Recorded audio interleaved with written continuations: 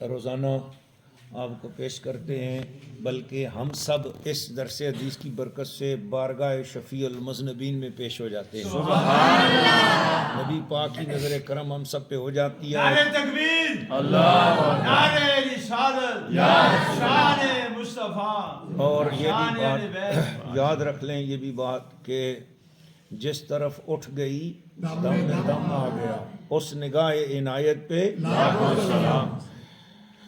اللہ کے پیارے محبوب صلی اللہ علیہ وسلم نے ارشاد فرمایا، القرآن افضل من کل شیء فمن وقر القرآن فقد وقر اللہ ومن استخف بالقرآن استخف بحق اللہ تعالی حملۃ القرآن هم المحفوفون برحمت اللہ المعظمون کلام اللہ الملبسون نور اللہ فمن والاہم فقد وال اللہ ومن عاداہم فقد استخف بحق اللہ تعالی۔ تفسیر قرطبی میں یہ حدیث شریف جلد نمبر 1 صفحہ نمبر 26 پر حضرت انس بن مالک کی روایت سے آئی ہے، اور دیگر کتابوں میں بھی ہے۔ اللہ کے محبوب صلی اللہ علیہ وسلم نے ارشاد فرمایا، کائنات میں جتنی بھی چیزیں ہیں ان سب چیزوں سے افضل ترین شے اللہ کا قرآن کتاب اللہ ہے۔ سبحان اللہ۔ قرآن ہر چیز سے افضل ہے، بولو قرآن ہر چیز سے افضل ہے۔ فمن وقر القرآن، جس نے قرآن کی توقیر کی وقر القرآن، قرآن کی توقیر کسے کہتے ہیں؟ وقر یوقر و توقیر، کیا مطلب ہے؟ کہ اس طرح عزت کرنا کہ اس کے جلال سے ڈرتے ہوئے عزت کرنا۔ جیسے عام آدمی کی آدمی عزت کرتا ہے لیکن اس سے جلال سے ڈرتا نہیں، لیکن بادشاہ کی عزت کرتا ہے کہ اس کے جلال سے بھی ڈرتا ہے کہ موڈ خراب نہ ہو جائے۔ تو اس طرح فرمایا کہ قرآن جلال والا ہے، اس کی توقیر کرو۔ توقیر کا مطلب یہ ہے کہ اپنے دل میں اس کی تعظیم بٹھاؤ اور اس کے انتقام سے بھی ڈرو۔ قرآن مجید جو ہے نا وہ جلال والا بھی ہے، ادب کر کے بھی ڈرو، یعنی یہ ہے ادب کر کے بھی ڈرو، اور یہ سمجھو میں نے ادب کم کیا ہے، اللہ جتنا تھوڑا بہت کیا اسے قبول فرما۔ یہ ہے قرآن مجید کی طرف پیٹھ مت کرو، قرآن مجید کو پاؤں کے ساتھ نہ لگاؤ، جوتوں پر مت رکھو۔ جیسے آپ عمرے پر اللہ کرے آپ 100 بار جاؤ، آپ کو اللہ تعالیٰ مدینہ شریف لے جائے، وہاں کے وہاں بھی جتنے بھی ہیں وہ قرآن مجید فرقان حمید کو استغفر اللہ پاؤں پہ بھی رکھ لیتے ہیں، سوتے وقت تکیہ بنا لیتے ہیں۔ فرمایا قرآن میں حدیث میں آتا ہے ولا تسودوا، اس کا تکیہ مت بناؤ۔ قرآن میں حدیث میں آتا ہے، قرآن کی تعظیم کے لیے حدیث میں آتا ہے کہ اس کا تکیہ نہ بناؤ، اس کی مصحف شریف کا ادب کرو۔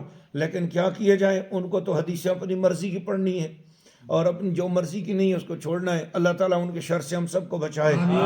قرآن مجید کا ادب آپ کی ماں سے زیادہ ہے، قرآن مجید کا ادب آپ کے باپ سے زیادہ ہے، قرآن مجید کا ادب آپ کے پیر و مرشد سے زیادہ ہے، قرآن مجید کا ادب آپ کے استادوں سے زیادہ ہے، قرآن مجید کا ادب ساری دنیا کے ولیوں سے زیادہ ہے، قرآن مجید کا ادب داتا صاحب غوث پاک سے زیادہ ہے، قرآن مجید کا ادب صحابہ اکرام کے ادب سے زیادہ ہے، قرآن مجید کا ادب اہل بیت کے ادب سے زیادہ ہے، حسن حسین کے ادب سے زیادہ ہے، علی کے ادب سے زیادہ ہے۔ اس لیے ان سب کو جو کچھ ملا ہے قرآن کے صدقے ملا ہے۔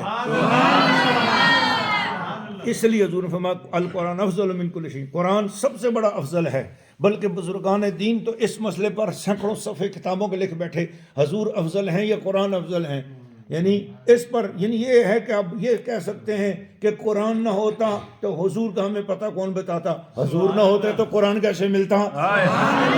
یعنی دونوں لازم و ملزوم ہیں ایک دوسرے کے لیے، یعنی قرآن کو سمجھنا ہے تو حضور کے بغیر سمجھ نہیں سکتے، اور حضور کو سمجھنا ہے تو قرآن کے بغیر نہیں سمجھ سکتے۔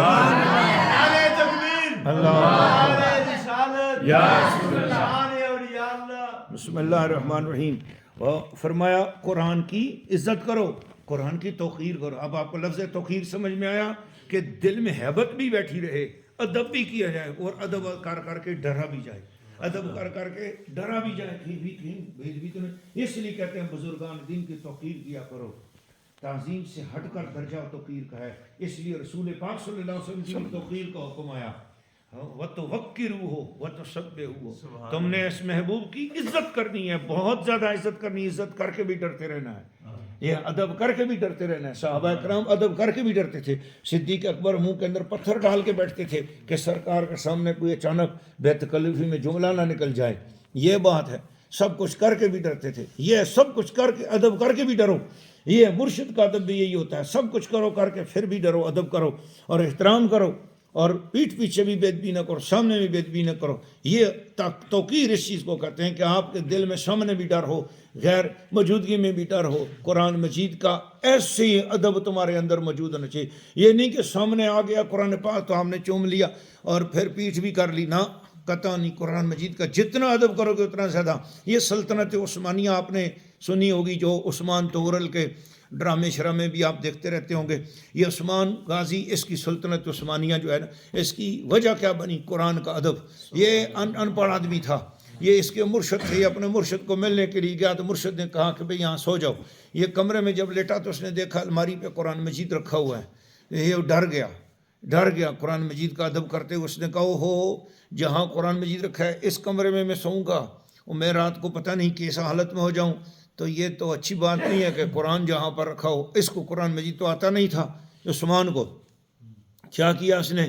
یہ ساری رات قرآن مجید کے سامنے کھڑا رہا، اے قرآن میں ان پڑھ ہوں، مجھے نہیں پتا تیرے اندر کیا کیا شانیں ہیں، پر میں ان پڑھ ہوں، میں تیرا ادب کروں گا، میں نہیں سوتا اس کمرے میں، مرشد تو کہہ گئے پر میں سوتا نہیں۔ ساری رات قرآن مجید کے سامنے کھڑا رہا۔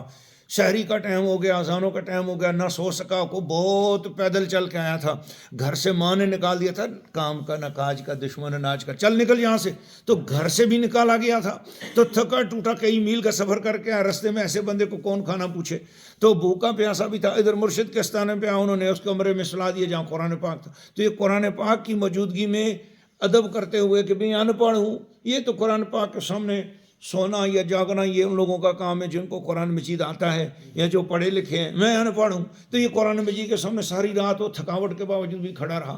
ادھر شہری کا ٹائم ہوا، ادھر مرشد کو خواب میں نبی پاک کی زیارت ہوئی کہ جاؤ اس کمرے میں، آج ساری رات میرے قرآن کا ادب کرتا رہا ہے تو اس کو فیض دے دو، اس پر نگاہ دے دو، بولو آج کے بعد کئی سو سال تک تیرے نام کی حکومت چلتی رہے گی۔ سبحان اللہ۔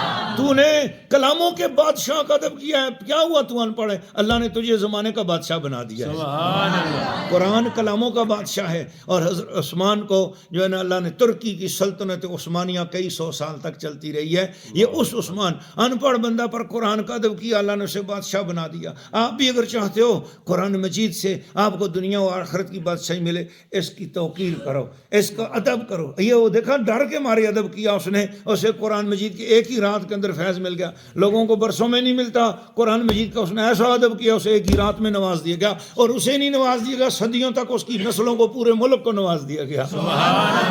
آج بھی اس کے نام کے ڈرامے بن رہے ہیں، دنیا کا قیمتی ترین ڈرامہ یہی بنا نا، اس میں بڑا پیسہ کمایا اس کے نام پر ہے جی، پتہ نہیں مجھے اس کا نام بھی نہیں آتا ہو کیا، اور طغرل غازی ہے جی، یہ کیا ہے؟ یہ سارے کا سارا قرآن کا فیضان ہے، بولو سبحان اللہ۔ سبحان اللہ۔ ومن استخف بالقرآن، جس شخص نے قرآن مجید کی بے قدری کر لی، قرآن مجید کو ہلکا جان لیا، ہاں، بے ادبی کی، استخف بحق اللہ، گویا اس نے خدا کے حق کو ناقدری کی۔ جی، قرآن مجید پڑھ جا رہا ہو، تلاوت ہو رہی ہو تو اور بندے کو اباسیاں آ رہی ہوں اور بندہ جنابی توجہ سے سن نہ رہا ہو یا اپنی دنیاوی باتوں میں مست ہو، تو یہ سمجھو کہ تم خدا کی بے ادبی کر رہے ہو۔ عورتوں، مردوں، سننے والوں، سب کو میں پیغام دے رہا ہوں، جو میری یہ ویڈیو سنیں گے ان سب کو میرا پیغام ہے کہ آپ لوگوں کا یہ کام ہونا چاہیے کہ جب قرآن مجید کی تلاوت ہو رہی ہو تو پھر پتہ کیا ہو، سارے خیالات، ساری تصورات بس قرآن مجید کے حضور حاضر ہو جائیں۔ اے اللہ، بادشاہوں کے بادشاہ کا کلام میرے گناہگار کانوں میں آ رہا ہے، مجھے سمجھ آئے یا نہ آئے، میں اس قرآن مجید کا عاشق ہوں، اس قرآن مجید کا طالب ہوں۔ یہ ہے اس کی قدر، اور وہ ناقدری ہے کہ قرآن مجید آپ اواسیاں مار رہے ہو، اور آپ ایک بندے نے آج مجھے ابھی تہجد کے ٹائم مجھے کسی بندے کا میسج آیا اور اس نے کہا کہ پیر صاحب قرآن مجید کو موبائل سے بغیر وضو کے پڑھ سکتے ہیں؟ تب میں نے اس کو جواب دیا بہتر یہی ہے کہ وضو کر کے پڑھو۔ سبحان اللہ۔ کیا میں نے جواب دیا؟ بہتر یہی ہے کہ وضو کر کے پڑھو، کہ اس موبائل کے ساتھ ہر کام میں بے وضو ہاتھ لگا سکتے ہو، مگر اس کے اندر جب قرآن آ جائے پھر اس کو بھی بے وضو ہاتھ نہ لگاؤ، تاکہ تم پتہ چلے کہ قرآن کی برکت سے ویسے موبائل عزت کے قابل نہیں ہے، پر جب سے اس میں قرآن آ گیا اب اس کا ہاتھ بھی اس کو بے وضو نہیں لگاتے، کیوں؟ یہ قرآن کی تعظیم ہے۔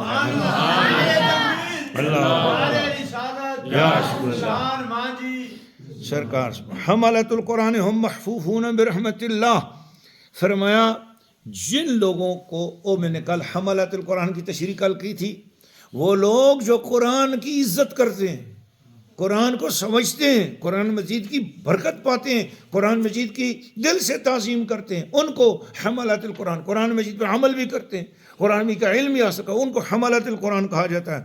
وہ لوگ جو قرآن کی عزت کرنے والے ہیں، ہم المحفوفون برحمت اللہ، وہ اللہ تعالیٰ کی رحمت کے اندر لفافے کی طرح لپٹے، جس طرح کسی چیز کو لفافے میں بند کر دیا جائے لفافے کے اندر چلی جاتی ہے وہ، فرمایا اللہ تعالیٰ کی رحمت کا لفافہ بناتا ہے، اس رحمت کے لفافے میں قرآن کی عزت کرنے والوں کو اس رحمت کے لفافے میں ڈال دیتا ہے، ان کے پورے وجود کے ارد گرد رحمت لپٹی ہوئی ہوتی ہے۔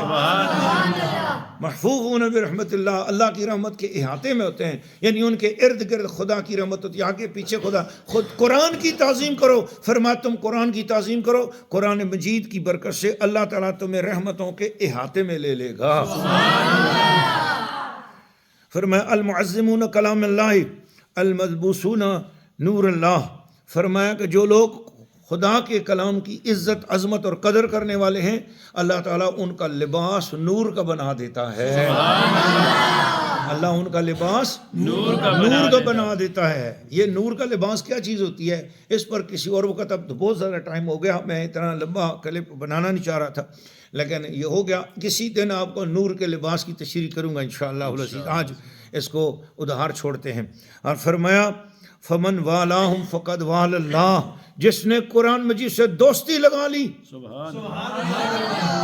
اللہ اس کے ساتھ دوستی لگائے گا۔ ہم اکثر نمازوں کے بعد، آج بھی دعا کے بعد کیا شعر پڑھا تھا؟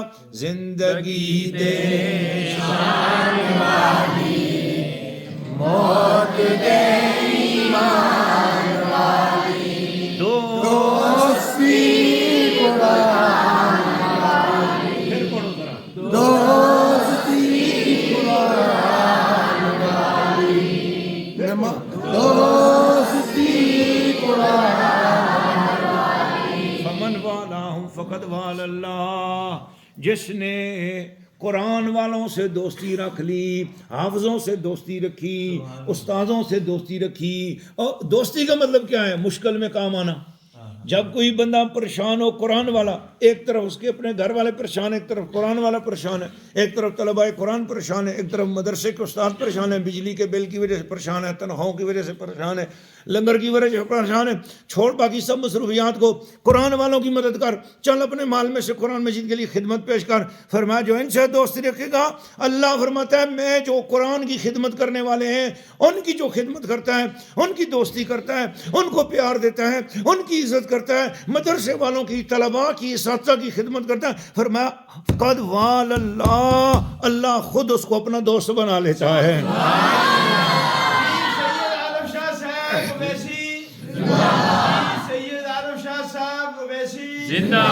ومن عاداہم فقد استخف بحق اللہ، جس نے قرآن والوں کے ساتھ دشمنی رکھ لی، قرآن مجید کی خدمت کرنے والے، حافظ قرآن، عالم دین، مفسر قرآن، ان سے اگر کسی نے دشمنی کر لی، اللہ تعالیٰ فرماتا ہے گویا اس نے مجھے چھوٹا جانا، میری ناقدری کی، اور پھر فرمایا پھر جو مجھے حقیر سمجھنے کی کوشش کرتا ہے پھر میں اس کو بھی حقیر کر دیتا ہوں۔ اس لیے اللہ تعالیٰ اپنے حبیب صدقے ہم سب کو قرآن والوں کی عزت کرنے کی توفیق عطا فرمائے۔ آج دیکھو ایک ہستی جو پردوں میں چھپ کر با پردہ رہ کر زندگی ساری قرآن مجید کی خدمت کرتی رہی، کسی کو کانوں کان پتہ نہیں تھا کہ ایک ہستی وہ سن 1960 سے لے کر یا 1955 سے لے کر، یا بعد ہم نے خاندانی روایات سے سنا ہے کہ جو ہے نا 1953 سے لے کر ماں جی سرکار قرآن مجید لکھتی رہیں، تفسیر لکھتی رہیں، خدمت قرآن کرتی رہیں، ٹھیک ہے. اس درمیان اللہ تعالیٰ نے ان کو 3 بیٹے دیے, تینوں دین کے علم والے عطا ہو گئے. ان کو ایک بیٹا دیا جو مفسر قرآن ہو گیا, ان کی تفسیر کا کام ساری دنیا میں عام ہو گیا. ان کو اپنے گھر سے باہر قدم نکالنا ہی نہیں پڑا, اللہ نے سارے کام ان کے گھر بیٹھے بٹھائے کر دیے. آج دنیا میں ان کا نام کتنا بڑا روشن ہے. ان کی 1 انچ جگہ لیاں شریف میں نہیں تھی, آج اللہ نے 10 کنال جگہ ان کو لیاں شریف میں عطا فرما دی. کیا یہ اتنی بڑی مسجد بن گئی, سب کچھ ہوا. کیا ہوا؟ انہوں نے قرآن کی عزت کی, اللہ نے ان کی عزت میں اضافہ فرمایا. آج مانجی سرکار کا دنیا بھر میں نام ہے. حضور قبلہ عالم ولی کامل غوث جہاں سیدنا ثانی سرکار تشریف لا فرما, وقت کی رابعہ بصری کے پاس میں آ رہا ہوں. سبحان اللہ. کیسی بات ہے, کیا شان ہے ماں جی سرکار کا, کیا بڑا مقام اور کیا مرتبہ ہے ماشاءاللہ. تو یہ مرتبے ماں جی سرکار کو کس وجہ سے عطا ہوئے ہیں؟ آج کیا وجہ؟ بڑے بڑے اولیاء اللہ بھی حاضر ہوتے ہیں, بڑے بڑے بزرگان دین نے ان کی تفسیر پر کلمات ارشاد فرمائے. کیا وجہ ہے؟ انہوں نے قرآن کی قدر کی, انہوں نے دن رات قرآن مجید کے ساتھ اپنے آپ کو جوڑا. قرآن نے آج ساری کائنات کے رخ کو ادھر موڑا. سبحان اللہ. اللہ تعالیٰ مجھے اور آپ سب کو نبی پاک علیہ السلام کے صدقے اور وسیلے سے قرآن مجید کے ساتھ اسی طرح جوڑے رکھے. آمین. الحمدللہ ہم اسی طرح روزانہ قرآن مجید فرقان حمید کی شان میں نبی پاک علیہ السلام کی بارگاہ میں حاضری دیتے رہیں, اور اللہ ہمیں فضل اور کرم سے نوازے انشاءاللہ. وما علینا الا البلاغ.